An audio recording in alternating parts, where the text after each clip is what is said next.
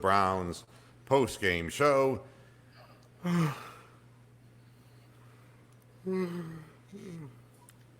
With the score of the referee 70-85 penalties and me 0. Uh, you know, we got people who are going to be jumping in here, and I want to introduce some of the people who are in here. And you know, you'd be amazed at how I can do this. What I'm figuring out. This is Jake. This is Derek, the guy in the funny glasses, and this is Hammer Time, Jim Hammer in Columbus, and this is me, Mr. Moohead. So I can manually, that's kind of my manual, controls, or I can have everybody at a time on here, or I can change it to go like this. So it's really kind of cool. And if you want to be on the program, that's what's on the screen right now. That's the, it's also in the chat room, which I'm continuing to put in there over and over again. If you want to join the program, you just hit the link and you're immediately brought into the studio. It's just that easy. All right. So I could go on and just talk about this, and I'm not sure that it would make any damn bit of difference. These games are not exactly the most significant games in the world. So I'm going to start with you, Hammer Time. Hammer Time, what do you take away from this? Anything? It's a nice practice for some of these guys. There'll be a couple of them that it will be, it's not going to help them any. A lot of them, it's going to hurt them. We still don't know what we got at kicker, which is still one of our things. We do know that we got some offensive line issues, particularly depth, which was where we thought, we're going to have some situations there anyway. But when you don't really starters, it was like going out to Berea and watching the practice, and except they're playing other guys. So it's nice to know that both quarterbacks have the system down.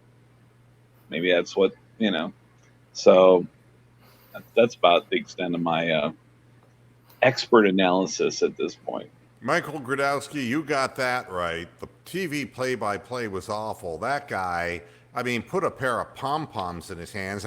This guy is in there, come on, get it. It's like you're trying to win a meaningless game with nobody who's even going to be on the field when the season begins. It's like, shut the fuck up. It's like, boy, I'm looking at that and I'm saying, God Almighty, I pray to the big fish in the sky to make it stop. So, I was not overly impressed. Derek Frisbee, what do you take away from this thing? Yeah, similar to what he said, it was pretty much practice. These guys practiced with each other all week, and you could definitely tell. It was pretty much a more defensive game than anything. Corbett looked horrible, in my opinion. I think you couldn't get much worse than he did today. Johnson, the running back, I didn't know a whole lot about him up till this game. But I tell you what, if it was me, Hillard would have to prove a lot, because otherwise I got Johnson starting or in that second string spot till Hunt comes back, then third string. And then second half, guys were playing without any purpose, just walking around. You could see Mac Wilson was like psychologically just completely out of it. And I think it was like that with most guys. So, it is what it is, but, Yeah. Can make it. You got that right, too. We got shit at kicker. And shit kicker. That's exactly what we got. Which shit kicker? We got two guys, one who fades, one who hooks, nobody who can kick the ball through the goalposts. if I'm the Cleveland Browns, I don't choose between one of these two guys. I bring another guy in because they can't kick straight. Now, this is going to haunt this team. This is like the Parkey thing in Chicago. This is the kind of thing that you don't forget when you get into the playoffs and you have a chance to tie or win a game. And this is what trots out onto the field. Very, very damaging. And I agree, Austin Corbett is a wasted pick. I think we can officially say now that, if they're trying him out at center and he panic snaps the ball at center, imagine how bad foot he over was his at head. guard. Yeah, imagine how bad he was at the guard position. It's got to be absolutely awful. And I see Bronk over here. Hi, Bronk. How you doing, buddy? Yeah. Wow, that was a game. Yeah, it went on and on and on and on. Yeah, but Austin Corbett has done himself off the roster, perhaps, or the absolute last resort. The guy is awful. He is kind of bad. Not kind of bad. He's the kind of bad that will snap the ball over the quarterback's head kind of bad. He's the kind of guy who can't play his primary position, can't play the backup position. And I'm sick and tired of justifying these goddamn picks. You picked the wrong guy, Mr. Dorsey. It does happen. It does happen. One of few. Yeah, that's right. We win more than we lose in that regard. Cut your losses before you make a mistake of actually putting this guy on the field. I've seen it too many damn times where, a regime drafts a guy thinking they know something. This guy is not ready to play. Next, Jake, anything you take away from this? Besides what you said, I think we found our 5 receivers for sure that we're going to play every week. So I guess that's about it. And who are they, Jake? Well, obviously Strong. I think he's the 5th. And I don't know, Williams didn't show anything, obviously. And Callaway's gone. And I think our 5th guy is, was it Middleton? Montgomery, yeah. and I think he's been flashing every time I see him. Yep, and I think Callaway's gone sooner than later. Yeah, well, and again, Callaway, if he doesn't clean up his act, I really believe that the two guys we're looking at there, Strong and Montgomery, may well have better hands than Antonio Callaway does. Now, they don't have the speed and the breakaway capacity going deep, but Bronk, you see anything different in this? Oh no, I'm just glad I'm alive. That was such a tedious game, but nobody got hurt on our team as far as I could tell, and then there's a lot of guys that'll have a lot of teaching moments next week while they're practicing. So I think Red Wine obviously had a bad game. I think Mac Wilson was a headless chicken. And a lot of bad tackling going on, wrong technique or no technique whatsoever. So, let's answer Mr. Fergus's question. Where is the depth in this depth chart? I think it's easy to get down. And defensive line. I really. You're watching people play in the second half of this football game. Stop and think, Mr. Fergus. They didn't start or play a huge number of players in this game. And what you were looking at for the vast majority of the game are people who are fighting for a few roster spots. They're not people who you're going to see on an NFL field. So before we get too negative about that, this is the luxury that the Browns have to keep their better players healthy and to determine who the best depth is on this team. I don't know. Again, this was not an inspired football game. It was over-officiated, in my opinion. You can't stop injuries from happening, but nobody got hurt in this game. Nobody played full bore, balls to the wall out. The coaching staff was very pleased with Thursday's practice, made it publicly known. That may have been the kiss of death because what you saw out there was very low speed football. So, There's not a lot you can say about this game. I mean, it's best filing it away and move on, really, because you can overreact or you can not react at all, Yeah, and the question here is who made the 13 penalties for 120 yards? It is unacceptable, and I know that Freddie's going to be chirping at people about that. But, I didn't see the Browns having penalty problems when their better players were on the field. It was Indianapolis that was having penalty problems when their better players were out on the field. So, again, it's not that I'm concerned about a lack of discipline. I think that they went balls to the wall out in these practices, and I think there is some concern about retaliation for the fights that took place, and you don't want somebody to get hurt or be cheap-shotted. And I think on the other hand, there's the danger in the back half of the football game, especially in the fourth quarter, when guys who are absolutely sure, absolutely positive they're not going to make the roster, these guys will go out and take somebody's head off. You saw it with a guy who ran out of bounds on a defensive punt coverage, runs back into the field, and leads with the crown of his helmet. A guy like that shouldn't even be allowed to go back out on the field. This is what's dangerous. I'm going to get noticed out there. Yeah, by crushing somebody's fucking spine. You're going to get cut. Well, that's going to happen, and they know that's going to happen anyway. So, I mean, I'm not, And Cindy, yes, helmet penalties. It's the new thing. It's a penalty on Antonio Brown for not wanting to wear his. And a penalty against Tom Brady for complaining about his. Geez, just wear the goddamn helmet. You're playing football.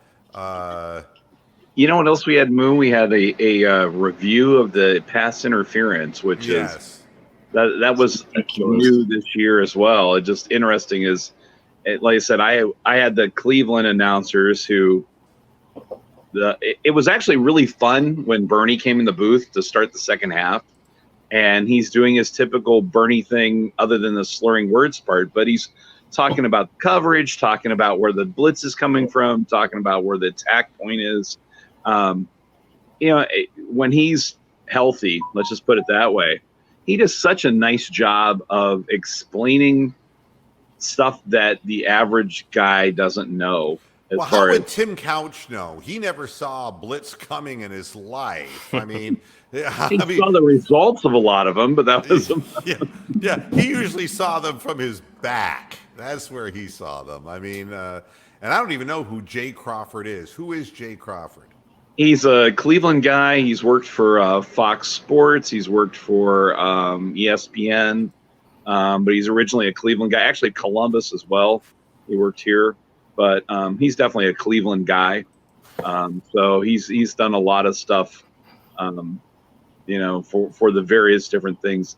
I think he hosted a sports talk show at one point in time, the Best Damn Sports Show. I think he did some of that for a while. So, but another Cleveland, at least he has Cleveland connection. But just like you said, the announcers, wasn't watching the NFL broadcast, but they didn't do anything to help us figure out who the hell was out there unless they were directly involved in the play. It's like, no kidding. When you're listening to the radio, at least you get, they're in a 3-wide formation, so-and-so's here, so-and-so's there, whatever it is.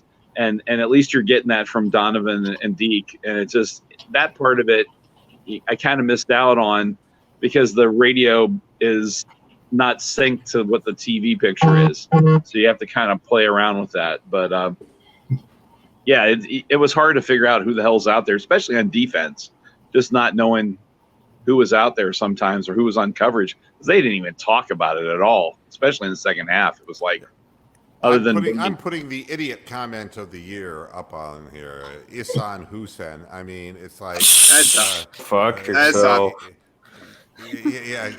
Gilbert is your quarterback. Okay, put a Y right there. Okay, and can you block this dude? Seriously, forget the baker because you're on a gluten-free diet and you can't have any baked goods. Okay, thank you. I don't mind. Guys like this are always testing, and I ignore. It's just fun messing with people. The thing that's funny about it, it's been proven that people who come in and try to spam shows or troll on shows have a leaning toward homosexuality. Living in their mom's basement, eating Cheetos. Yeah, I don't know what it is, but, You're just happy you got an upstairs bedroom, Derek. Come on. Yeah. How'd you know this is upstairs? That's crazy. Yeah, well, because you're not allowed downstairs. That's it's got daylight coming in the room, I think. That's the giveaway. That's a good point. And you're better off. I don't have upstairs. windows. That sucks. Well, the beauty of being upstairs, you don't get to hear all the girl noise coming from downstairs. She wonders why I hide in my room. I don't deal with psychos. Anyway, his mother is so noisy, you wouldn't believe. Oh, that's great. We love him. Somebody won $250 on the game. Who in the hell bets on a game like this where nobody plays? What kind of hard shit is this? Oh, that's just really great. They bet on everything in England, right, Tom? Yeah. Hey, by the way, I'm not sure if you... Go ahead, Derek. Sorry. Go ahead, Derek. First. All right. I don't know if you noticed, but Jannard Avery also is one of those guys who looked horrible. Missed tackles, was slow, had tackles that he was easily right there for, and he just let him go. It was a joke. And I don't get it. Why and obviously somebody was not happy with him because he was out there with the third string. I mean, I don't know. I mean, you look at the situation that we have and you wonder, where is Jannard Avery on the depth chart? And is he even in a position to make this squad after last year?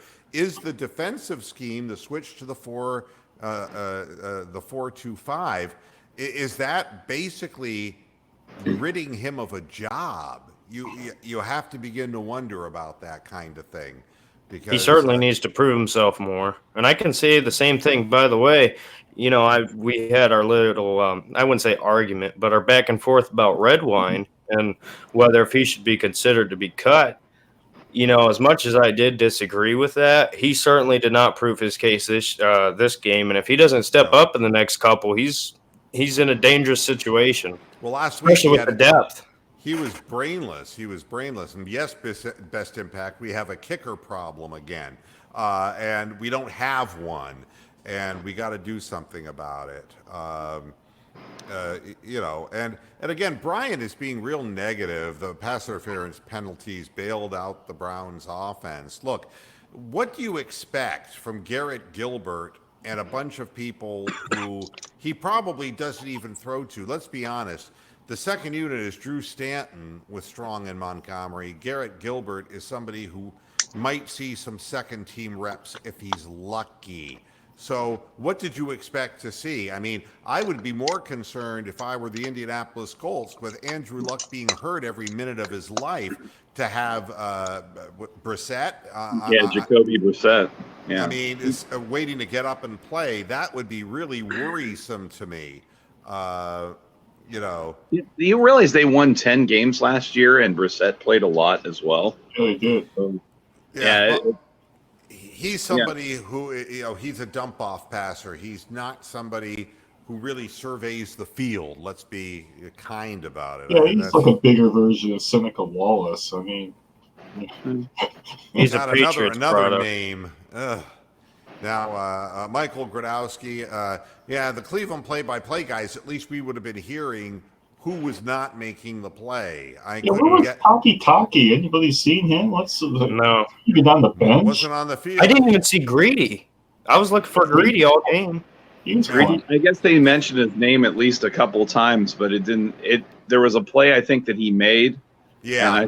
and that they talked about. Tackles. It was not the only time they really said anything. Yeah, I mean, but you see, I'm watching NFL Network, and they didn't know who the Browns players were. They literally They were didn't- They were cheerleaders with a microphone. Yeah, and they didn't do their homework, and that doesn't help anyone in a situation like this. You know, so Yeah, but it's hard to get too down or serious about this game because let's forget about it and see what happens next week. good question here. Who's making the roster, Hilliard or I think they Johnson? both do. They both make it probably. You know, I think that's where that special teams part comes in. That Johnson can return kicks. It'll be a in on the kick coverage team as well. He seems like the kind of guy. Once again, another one of those Orlando Apollos. Me and my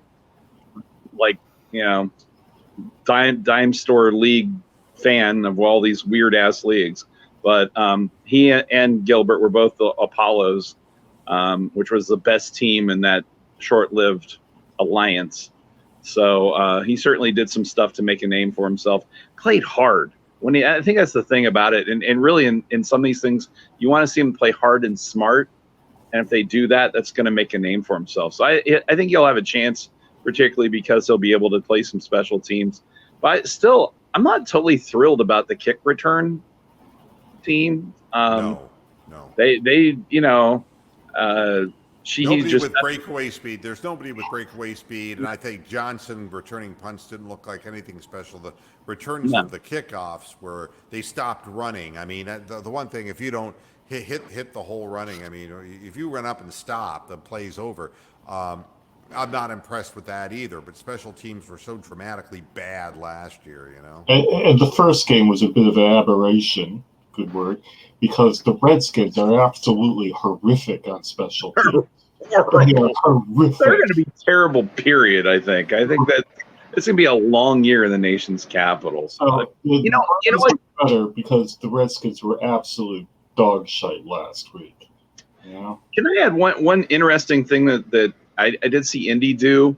I thought was kind of, at least to me, was an interesting tactic, was not kicking the ball through the end zone and trying to kick the ball high and around the 1, 2, inside the 5 on kickoffs. Unique perspective, because last year it seemed like everybody just tried to boot it through the end zone because they've set it up that way. But for me, I thought that was a unique thing, thinking that their coverage team could pin a team back deep and make a difference that way. So I don't know if we'll see more teams do something like that, or that was just a preseason, let's try this thing out kind of thing. But I thought that was kind of a unique idea. Yeah. Well, like hang time on a kickoff, So, yeah, if you can get them inside the 20, and even when you kick it through, I mean, they bring it back out. So it's like that option is there. I don't know if you're going to do it against really good kick returners, but how many of them are there nowadays, since they just keep kicking the ball out of the window? Yeah, it's a, yeah. So at any rate, I'm just reading the little chat In the comment chat that room you sent me, report. Jack. Yeah, well, yeah. I mean, what can you say about this? And once I start watching the game, the first thing I said to myself is, so much for viewership on the halftime and postgame show this time, because honestly, I don't think people stuck around for this, honestly. And we had over 1,000 views in the first game. In game 3, I am hoping, praying to the baby Jesus, that I can watch next week's game. No, yeah, you're in a weird situation. I am. It's a nationally televised game, Jim, and I'm not able to watch it because there's a dispute between the NBC affiliate that shows the Tampa preseason games and DirecTV. And consequently, I have to rely on a Reddit stream. Yeah, that's what I use. That may or may not be around for that game, but There'll be somebody there. I can't use the NBC app because I am in the Tampa Bay metro footprint.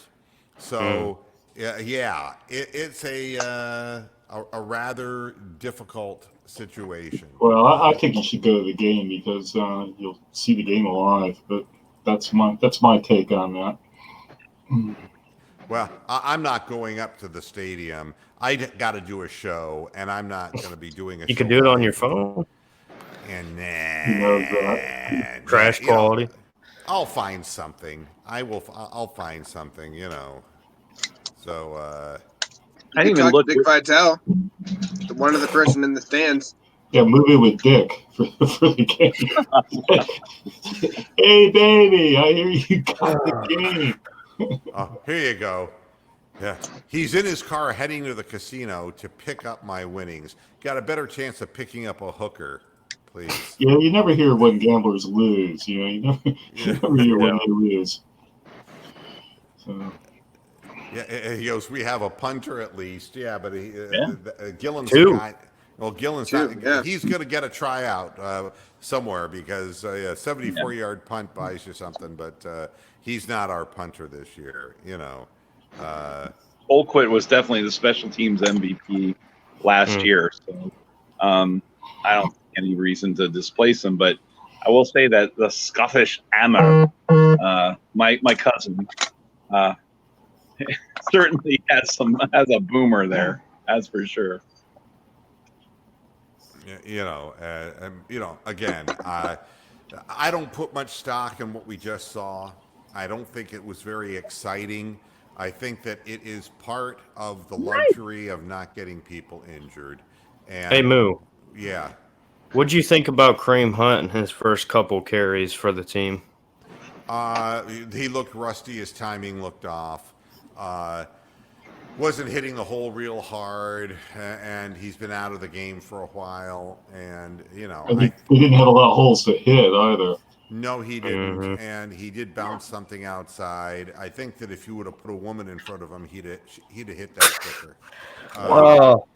I really, honestly, don't have much confidence in any of these people who have problems this way. I don't have a whole lot of confidence that they're going to change their ways.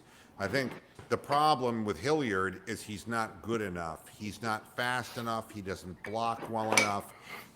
With the exception of catching balls out of the backfield, he is weak sauce compared to Duke Johnson.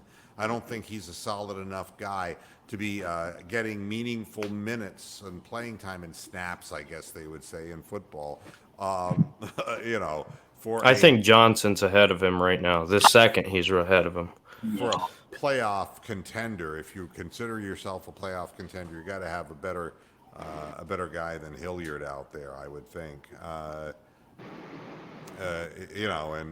Again, a lot of people just talking about the NFL Network broadcast. It was substandard, to say the least, and I didn't learn anything about the Colts, and I definitely heard very little at all about the Cleveland Browns. So it overall, if they want to consider, that's a local broadcast that's being churned out on the NFL Network. It's not a national telecast. By the way, the Browns season opener is going to be the #1 broadcast team. So you got Jim Nance, and who is the other? Who's their whoever their top the guy from the Cowboys. Romo? Yeah, we have the #1 broadcast team. That's all I know. So, hey, what time is that game?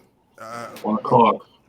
Is it a 1? I think it's 1 o'clock start. Yeah, I might get blacked out of that game now that we're popular, because that could be the Sky TV game over here.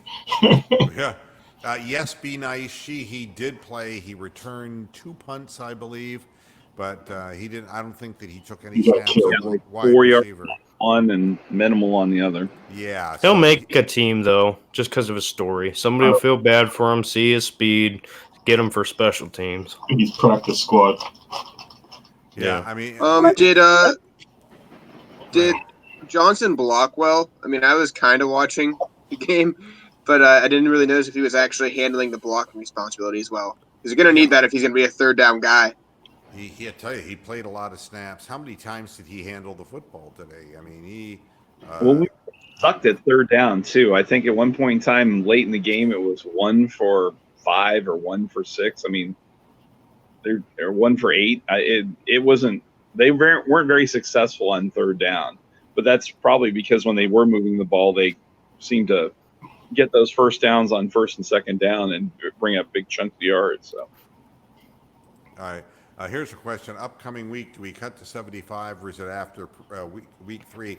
I think, if my memory serves me correct, the first cuts take place after this game. I think that there may be a few cuts that are made that'll trim the roster, and then you'll have the last two, the ones that are the heartbreakers. But some of those guys will be put on the practice squad, and I think Johnson is going to end up on the practice squad. I don't think he's going to make the final roster.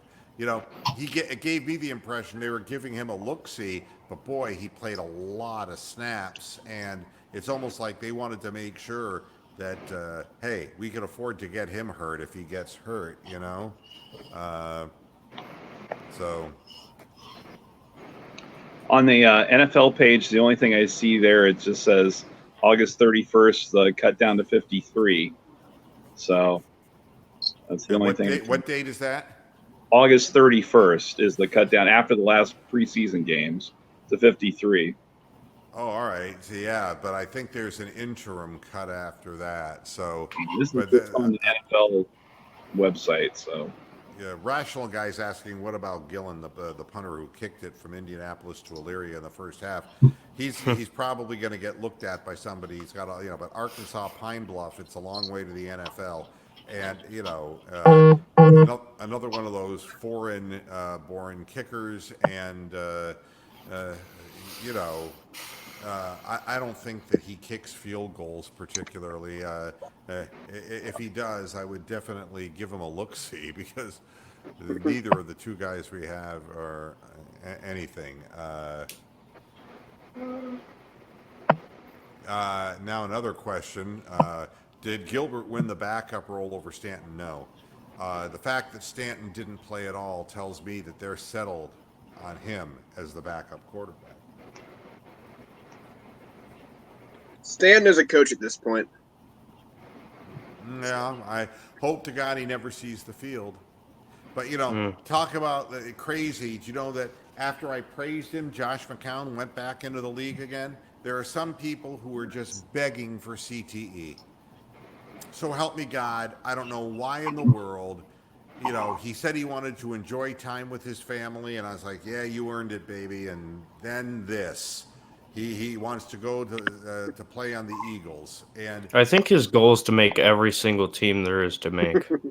Seriously. At 40 years of age, there are no goals except brain damage. And to be honest with you, Carson Wentz does get hurt.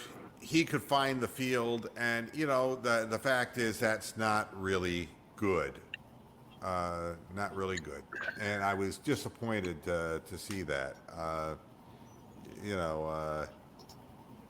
Well, I'm looking at the NFL important dates for 2019-20 and makes no mention of an interim cut. Does mention the 31st of August, 4 p.m., 53-man roster. And then the following day, you can start claiming people off of waivers on the 1st of September. So there's no mention of a mandatory interim cut. Right. Well, there will be some people. I want to ask Mr. Fergus about a flat panel OTA antenna. It's interesting because with the problem that I'm having, if I could pick up WFLA TV8 in Tampa, which is owned by Nexstar, who's at war with DirecTV, I'd be able to see the preseason game. I got a damn channel locator, the antenna from DirecTV, but it's not powerful enough to pull the damn station in. How far away, you're saying you pulled in a station from Youngstown, how far is the tower or the TV station in Youngstown from where you were, Mr. Fergus?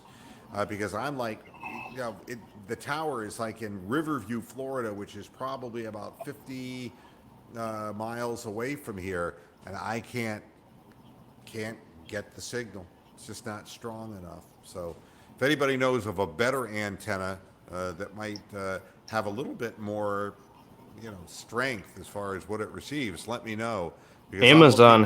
Amazon usually has a really good selection because they do suggestions, and they're normally like the cheapest but best. And I actually bought one or two of them, and I ended up pulling in a lot of channels that I didn't get before. So, I mean, you could try one of those out. I think it was like no more than 25. Yeah, and I looked at all of those, and they all claim different, mile radius things and all that. But I mean, honestly, the one they gave me is what's called a digital channel locator. So what it does is it actually brings in a digital signal, and you have to hook it up through a little connection that gives you that digital capability. But it's picking up other networks, but not the NBC affiliate that I need. Do they still do analog signals in America? They don't hear it anymore. You don't really, yeah, but you can on an over-the-air OTA antenna. Yeah, you should be able to get it if you're close enough. I'm just too far away. Yeah, I'm actually 15 miles from Youngstown, so I'm glad I don't have these issues getting the games. Well, it is a night game, so you'll be able to get better reception because of that than you would during the day. Yeah, I'm seeing the same thing, Best Impact. The offensive line is good against the pass, but the run game, first of all, we got running backs who are not real reliable or known, and two, the holes that I see that are being created are more because of over pursuit and cutbacks. But again, I'm not going to judge without a full strength Kareem Hunt, without without Nick Chubb in the game. I don't want to make a quick evaluation on that.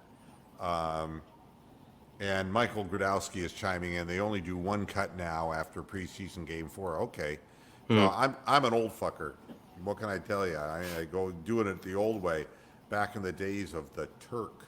But I guess the Turk only visits after the 4th preseason game, and everyone gets dumped out into the river. Again, Mr. Fergus, the kicking is lacking, but we have a great quarterback in red zone, so we have that going for us. I like this. This may be he's not worse than what we have, except that he doesn't want to play. Hey, money talks. Find a way. So, and Mr. Fergus is responding. He goes, I either got 40 channels, depending, and it's a few miles signal is okay, depending on weather. And the weather here has been horrible, so I have to wait for some sunshine days in order to determine whether this thing will pick up that signal, maybe if the weather is better. But what I'm hoping is the dispute between Nexstar and DirecTV gets resolved before that, at least, because there's 2 games in question here. There's this next upcoming game in the preseason, but September 22nd, regular season game, is a national NBC broadcast. Wow. And I will be shut out of that. So last night's Tampa Dolphins game, you couldn't see it then? I actually did find a Reddit stream that was available to me on that, but when I tried NBC apps, the NBC Live app and things like that, it recognizes who my provider is. It's DirecTV, and then it just immediately says, no, they're at a dispute with Nexstar.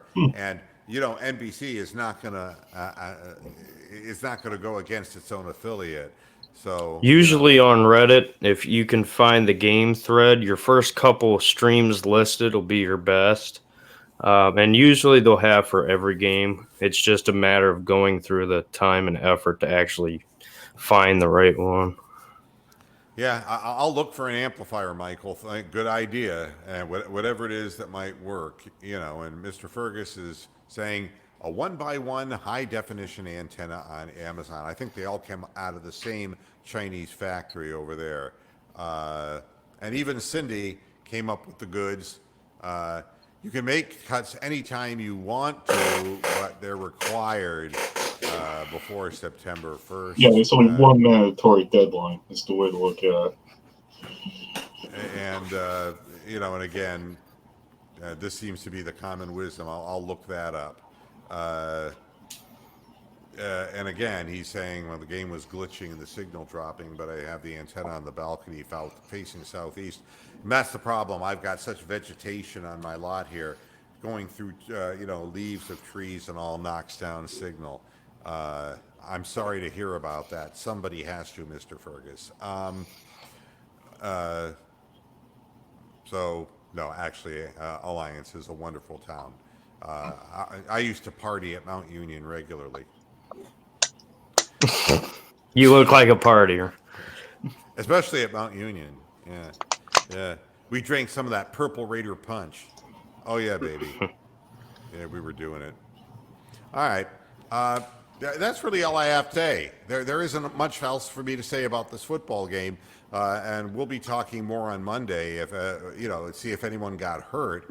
Now, I saw the Pittsburgh game, which I wanted to watch, is being delayed by weather. I was hoping that lightning struck Ben Roethlisberger, but I don't think that's the Didn't case. we all? Yeah. Isn't that a problem down in Florida with those massive storms you guys get, this time of year? Yeah. Say again? Isn't that a problem that down in Florida that regularly happens with storms? Not to this degree. No, this has been a record year. I mean, the amount of rainfall and all throughout the day, it's really pretty bizarre. YouTube TV is another way I can go. They're doing right now a 2-week promotional free thing, and that's not a bad idea. But Hey, Moo, you want to answer one more question or no? sure, one more. All right. So I don't know if you've seen, but I want to get your general opinion. Do you think that Daniel Jones, in his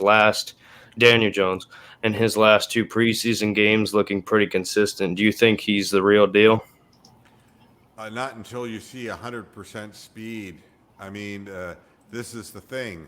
What you're dealing with when you're dealing with young quarterbacks.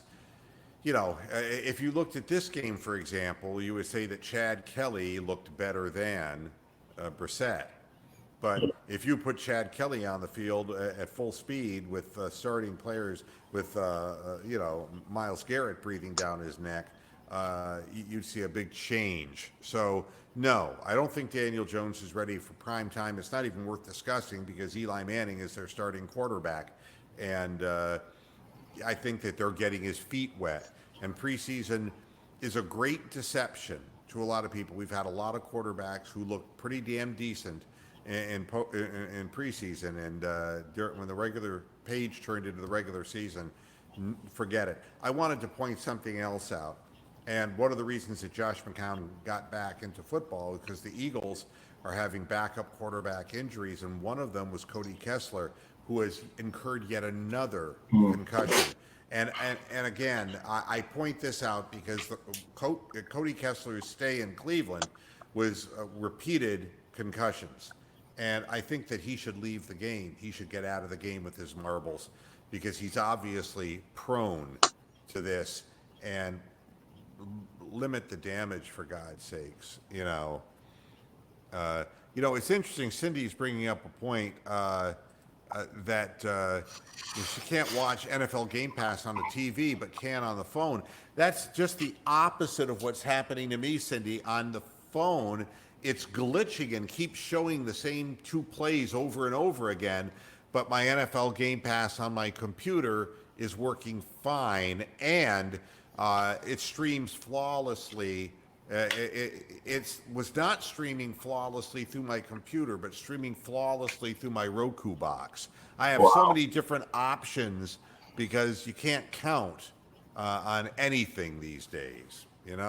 Technology is not perfect. Game Pass on my computer using Chrome browser seems to be the most reliable for that.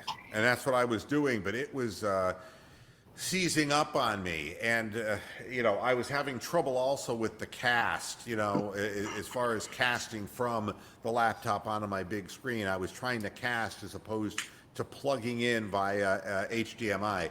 But for the next game, if I can get a Reddit stream, I'm going to be plugged in via HDMI, and I'm not going to have to deal with just the casting options. I got to get out of here. It's the end of my day. But I want to I appreciate you guys coming in and joining me as always on this program and all the others. And we'll be back again on Monday to see what else has come out of this particular football game. Also, we'll be talking a lot about the upcoming game against the Devil Rays.